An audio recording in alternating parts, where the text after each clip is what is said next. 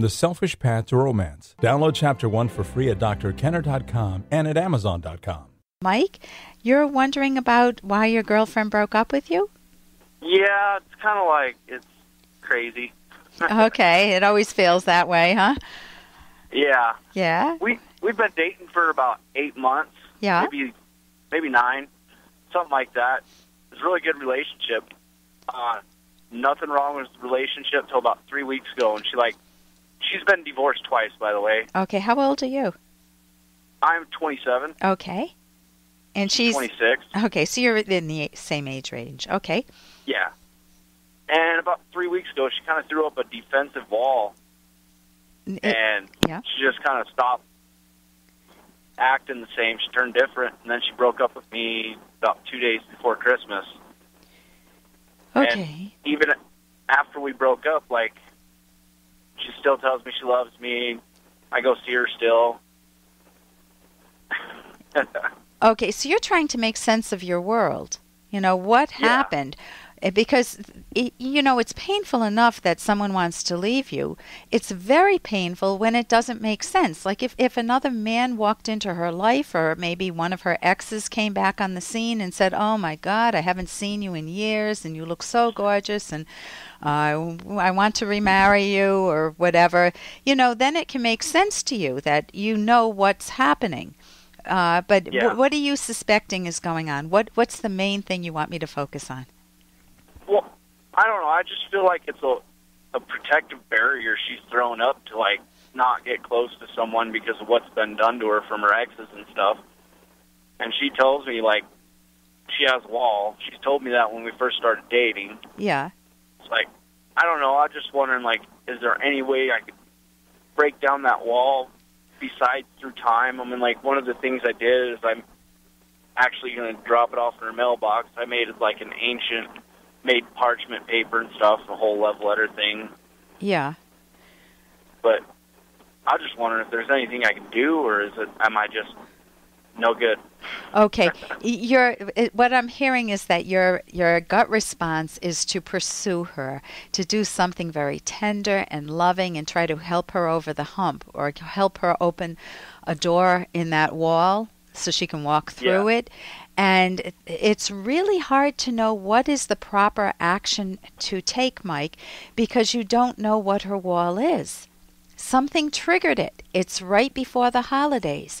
And if she's open and willing to share it with you, and if she's introspective, meaning if she understands it herself and is not just going by, in quotes, gut feelings, then that would be fine. If she could say, around Christmas time, that's when I divorced, or does she have kids at all? Yeah, she has 3 kids. 3 kids. Have you been married before?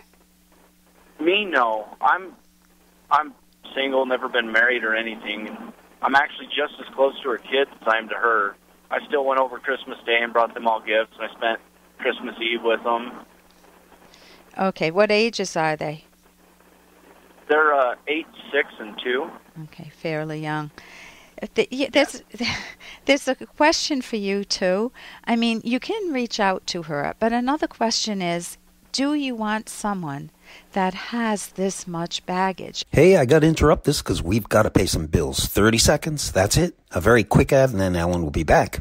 Romance. Ugh, I wish guys knew more about what we want from a relationship. Boy, I wish I knew more about what I want. Where's that ad I saw? Here it is. The Selfish Path to Romance. A serious romance guidebook. Download Chapter 1 for free at selfishromance.com and buy it at amazon.com. The Selfish Path to Romance. That is interesting. But another question is, do you want someone that has this much baggage? I mean, if she has walls that can pop up whenever, when you don't expect them, you are marrying this type of a person. I mean, you're not marrying her yet, but if you were to form a life with her, to marry her, then this is what could happen throughout your life. And go ahead. Oh, sorry. I was just going to say, I don't, normally when I date girls, all this situations, I'd be out and I'd be gone. Yeah. and I'd say I'm done. But, like, from day one with her, I felt the connection. Like, I don't know. I've just been madly in love with her from day one. Okay. And there's nothing I can do about it. Yeah, there's one thing that you could give yourself as a gift, and that's to take that I don't know and that madly in love and put it into words. And I don't mean a poem to her, but understand yourself better.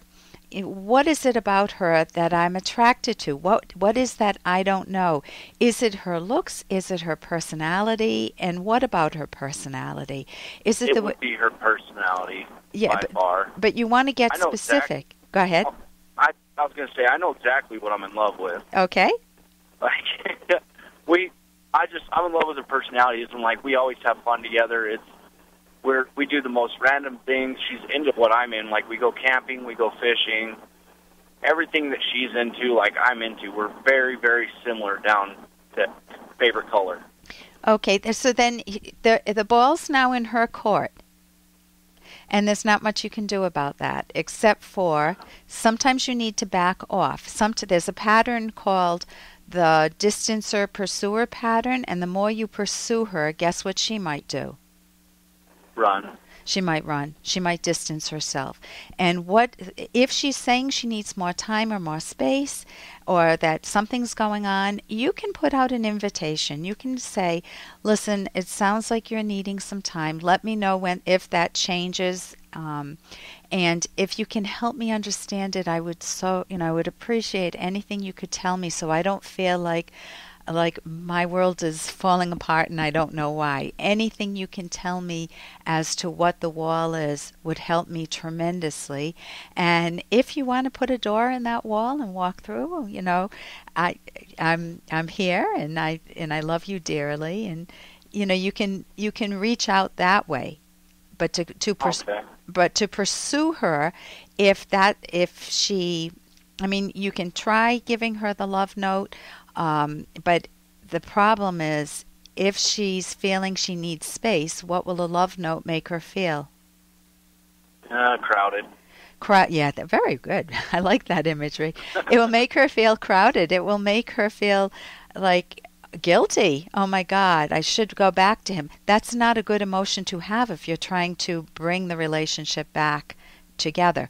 So go ahead. Oh, sorry. What if I just kind of told her what you said, like, I understand you probably need space right now, and just kind of handed her the letter and said, if you think of me and you want to restart this, open this. Yeah, that's fine. Yeah, you can do that and say, and you even have a choice. You don't have to accept it if you don't want to.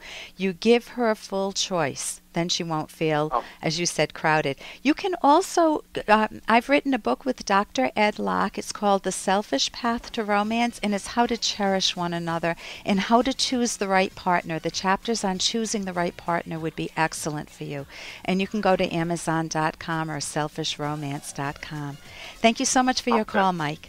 All right, thank you. For more Dr. Kenner podcast, go to drkenner.com and please listen to this ad. Here's an excerpt from The Selfish Path to Romance by Drs. Kenner and Locke. One pitfall to nurturing your sensual attraction to your partner is the view that ideal romantic love is separated from the physical, the idea that true love is unsullied, in quotes, by sex. This error usually goes by the name platonic love. In this view, the body is low and corrupt. Thus, the highest form of romantic love is purely spiritual, something floating and ethereal. Platonic love, however, is not romantic love.